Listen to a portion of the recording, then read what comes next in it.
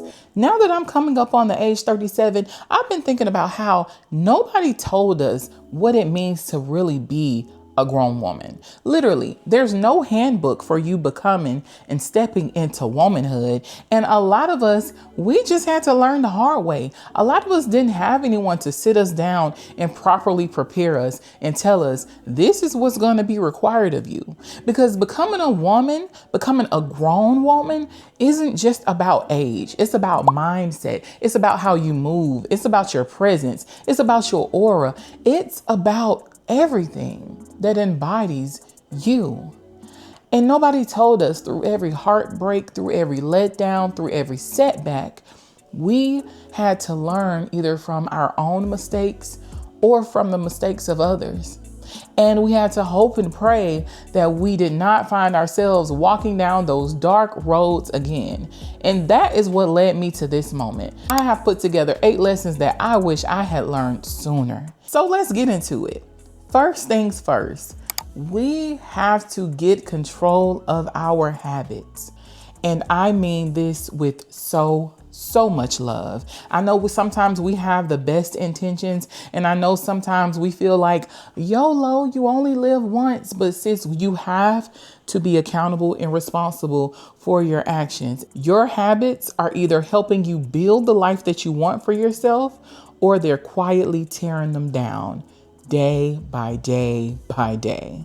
And we can't keep expecting people to work around our chaos, our relationships, our careers, our friendships. We cannot expect all of these things to be performing at a high level if we're not performing at a high level. Because unfortunately, the world just doesn't work that way. And at some point, you have to accept the fact that nobody is coming to save you. Nobody is coming to fix you. That all relies on you.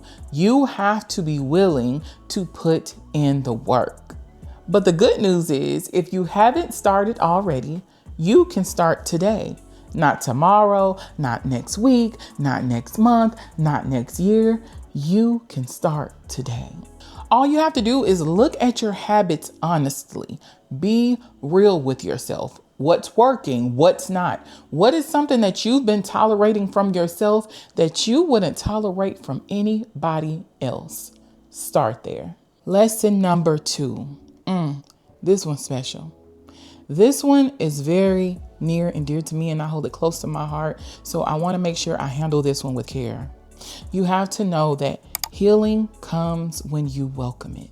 You can't build new healthy habits on unhealed ground. And I know we've heard that before, but I need to make sure that you understand, because you walk around here and you wonder why you end up in the same situations, you're making the same decisions, you're ending up in the same places, and nothing is changing for you. That is because you can change the scenery, but you cannot change the scene. The scene is the scene. You are the scene. All the ugly things that lie beneath.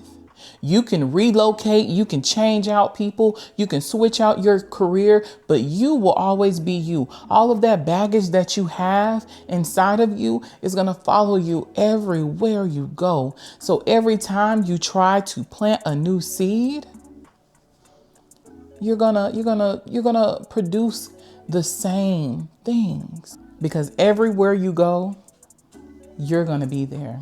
And every bit of pain and every bit of trauma is still gonna be with you until you heal the broken pieces that lie underneath the foundation that you're trying to build. And this is what I've learned.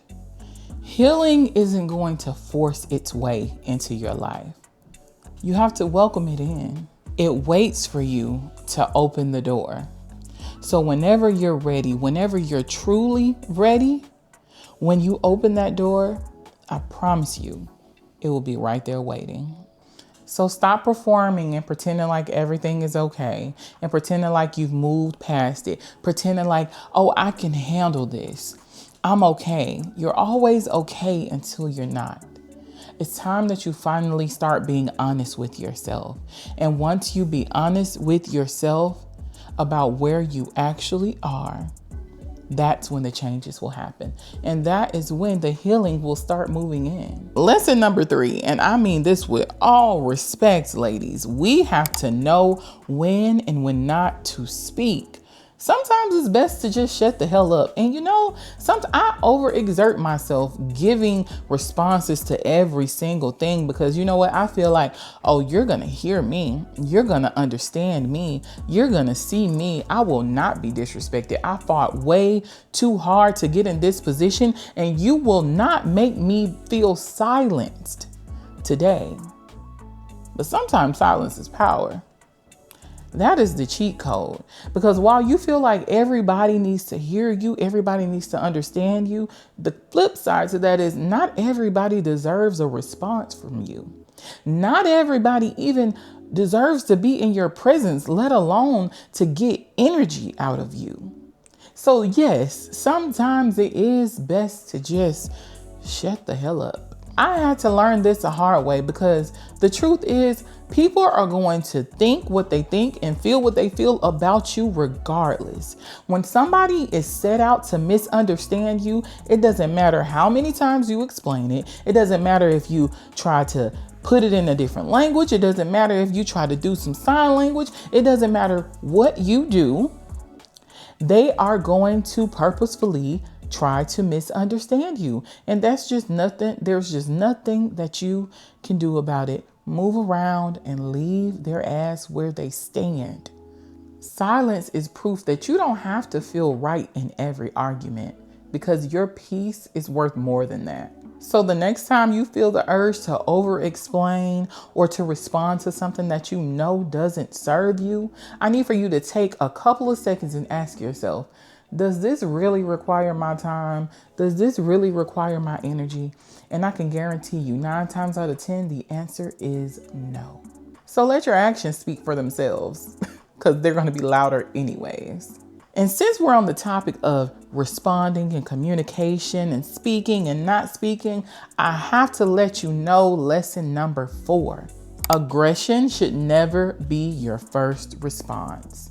I would prefer it to not be any of your responses ever. I would prefer you to never respond aggressively. There is a difference between strength and there is a difference between aggression.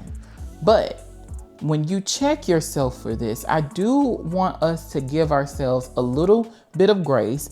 You built these walls for a reason. Because being soft got you hurt and being open got us taken advantage of. So we got hardened on the inside and we just labeled it as strength.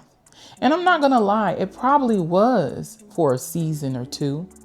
But now that you're through the storm, you have to let that energy go. Real strength knows when to be soft. And you do not have to be loud in order for you to be heard. And you do not have to be hard in order for you to be respected. I was literally at work today and I was having a conversation with someone on the phone and he was being hella rude. Hella rude. Typically, I would start getting snappy. I'll be like, how can I help you? What is it?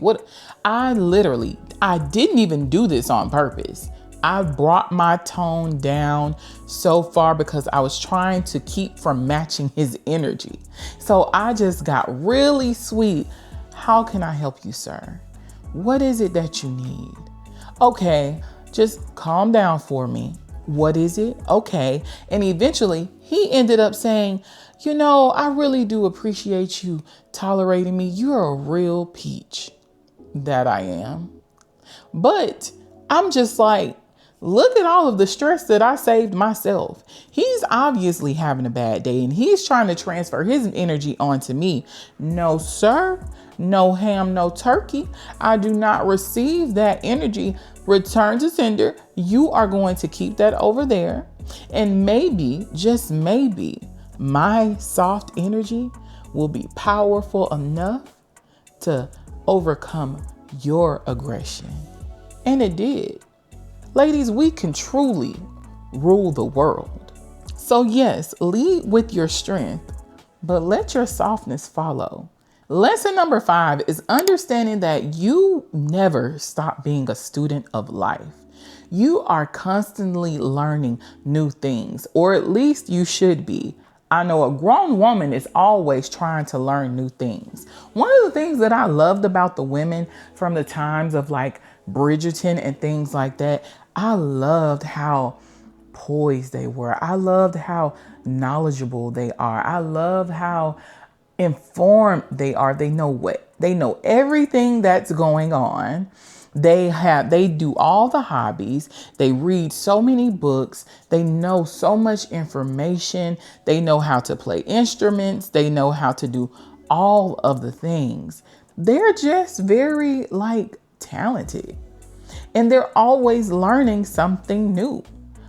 Even if it is just how to get a man. That's a talent too. I know a lot of y'all probably don't want to be able to admit that because everybody's on the I don't need a relationship, single life is amazing. But dating is a sport. And if you're going to play the game, you have to be willing to learn.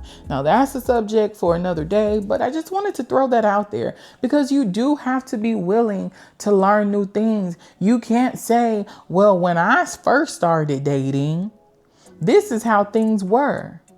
Well, sis, you just got out of a 10-year relationship. How were things the last time you were dating? You didn't have kids the last time you were dating. Now you have 3. You have to learn some new things. But outside of that, don't be afraid to go back and take another class, learn a new course, learn a new trade, get into something different. If you want to make content, learn it, study it, do it. Don't be afraid to learn new things. You do not have to sit at your 9 to 5 being miserable every single day. And whatever it is that you do learn, it does not have to always generate income. Find some things you can do for fun. Start reading up on some things, join some social groups. By the way, if you are in the Atlanta area, Gwinnett, North Fulton, I have created a social group, Her Circle, and we meet up and we do all the fun things and we do things with intention and we are making genuine connections and we do meetups every single month. So if you are interested, make sure you check us out because the link is down in the description. Now, back to what I was saying. Make sure you invest in yourself. Investing in yourself builds confidence like no other. There's no other compliment that will give you such a natural high like you investing in yourself and you winning. Imagine how it feels when you feel like you got 2 left feet and you take your fine self into that dance class and you dedicate yourself to it for 6 weeks. And the next thing you know, you pop, locking and dropping it. Knees don't hurt no more. Meg is definitely in the building because you've been stretching, you've been drinking your water, and you have been dedicated and you have learned something new. It's okay to feel sexy. Listen, I'm always here for something sexy. If you're trying to get in your creative bag, if you want to get into photography, girl, go ahead and buy you a new camera. Everything can be put on payment plans. I am the Affirm, the Klarna, the Zip Pay. I am all the things. Everything that you're thinking of to talk yourself out of it is nothing but an excuse. And if you want to be better, if you're trying to really be in your grown woman energy, you have to be willing to invest in yourself. And I mean that with love. Lesson number 6. Now, this is one I definitely had to learn on my own because the girls seem to be stingy when it comes to information. Everybody wants to sell you something. We are finally coming out of the age of the courses. First, the girls wanted to keep all the secrets. Then they wanted to sell it to you. Now, I think we're kind of going back to the secrets a little bit. I'm not sure, but this is what I want you to know. A grown woman doesn't mind being a resource. A grown woman doesn't mind showing just how valuable she is. I don't mind sharing something with the next woman because I know I got more in my bag. I'm not worried about you learning something from me and doing it better than me because, baby, I'm the source. I gave it to you. I gave it to you. We're going to shine together, but I'm never lying awake at night worrying about if the next woman is going to outshine me. Grown women don't do that. That's little girl stuff. So when you see people online or when you meet people, it'll be even the simplest things of asking a girl, that top is so cute. Where did you get it from? I can't even remember. Granted, some people really don't remember, but there are really some girls that's like, I don't want nobody walking around looking like me. Well, baby, did you make it in your room or something? Is it not being sold in other stores? Is this a one of one? Did you go fly across seas and you had them to hand make it yourself? And this is an exclusive piece that's not going to be found anywhere else. Is that the case? Because girl, if you bought that off Fashion Nova, I can go ahead and drag and drop a picture of that and it can tell me all the places where I can order it. So why are we gatekeeping in this age? Why?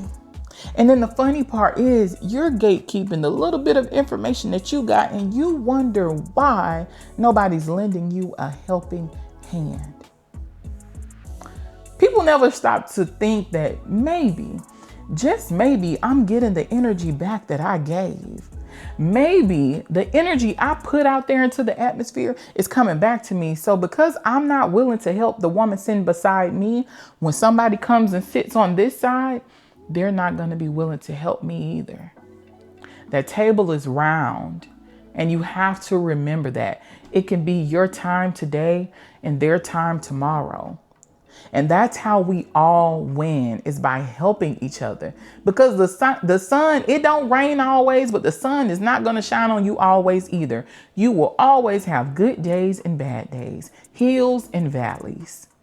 That's just the way the world works. But the way you make sure you keep eating is by helping other people. So when it's her time, she's going to look back for you and she's going to say, take my hand, sis, I got you, because you had me when I needed it. That's how it works. You do not get to the top by being selfish. You do not get to the top by being the mean girl. And even if you do all the nasty, dirty things to get there, it's not going to keep you there. So get comfortable with being a resource for other women, because your perspective, your experience, and the way that you see the world, that is your currency. So don't be afraid to give it out, because I promise you it's gonna come back. Okay, lesson number 7. This may be my funnest one to talk about because I am such a lover girl. And I think that it's so important for us to know that love doesn't just live in romantic relationships.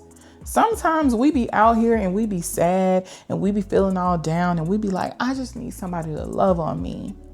I just want some love. And that's how you end up scrolling through that phone and you end up sending those text messages that you don't really mean to send. That's how you end up in that cycle. But you have to understand all the places you can really get love. You can get love from anywhere. You can get it from anywhere. You know how you can feel love? You can feel love when your friend calls and checks on you and you didn't even ask her to. She just felt like you needed to be checked on. You can feel loved by yourself when you finally create that boundary and you stand on it. You can feel loved, but you can go and sit and play with some puppies and feel all the love in the world. But I'm going to tell you the real cheat code to you feeling loved. If you're really yearning for love, if you really feel like something's missing outside of you having a connection with God and being in tune with yourself, I want to strongly encourage you to go somewhere and connect with nature. That may sound crazy. And listen, I hate bugs and I am not a nature girl, but there is something about stepping outside and being one with nature. You know how you just feel bad, you feel depressed, you're just not feeling it, and you're sitting in the house, you're like, what the hell is wrong with me? I cannot shake it. And you step outside into the sun and you instantly feel so much better.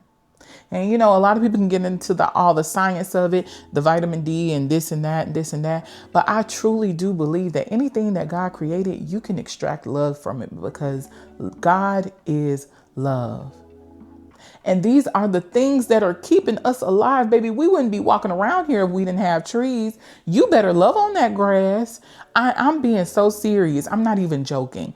If you feel disconnected, you feel like something's missing, literally go outside, take your shoes off, plant yourself in the grass and just feel the energy and let it flow through you.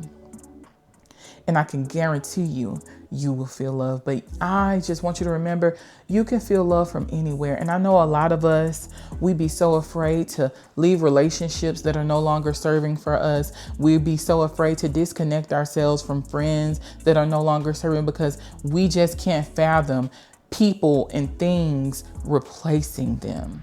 So we hold on to them tighter, even though the universe is pulling you apart. You're trying to hold on. And the more you try to pull, the more you try to hold it, you're getting pulled because you're not meant to be tied together anymore.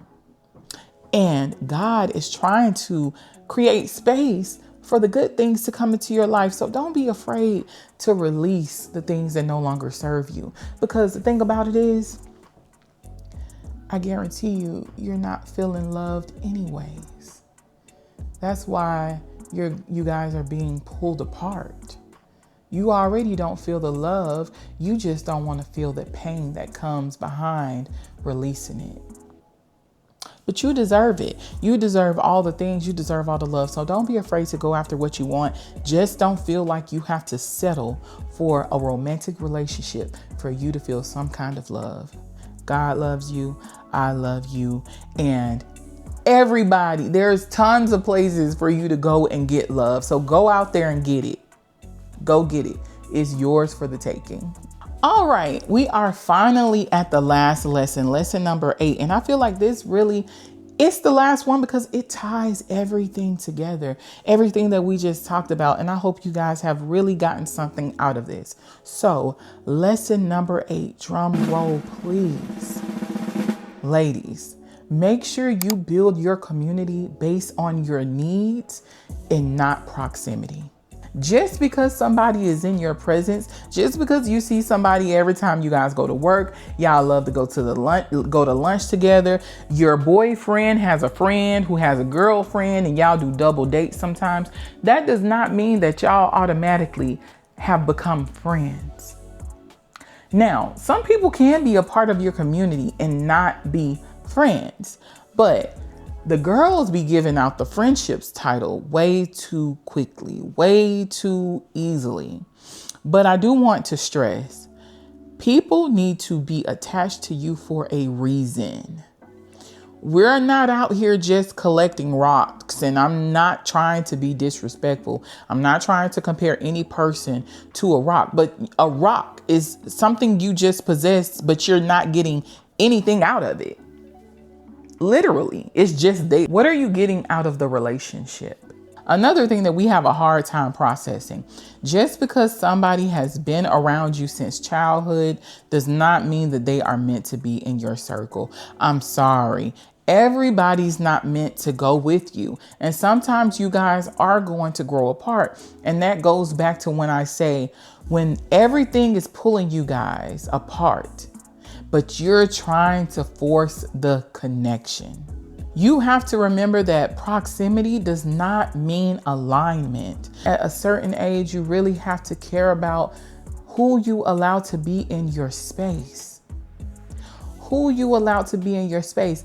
Let me tell you, there is a lot of trust that has to come with you connecting and allowing somebody to not only consume your energy, but for you to also be willing to consume theirs.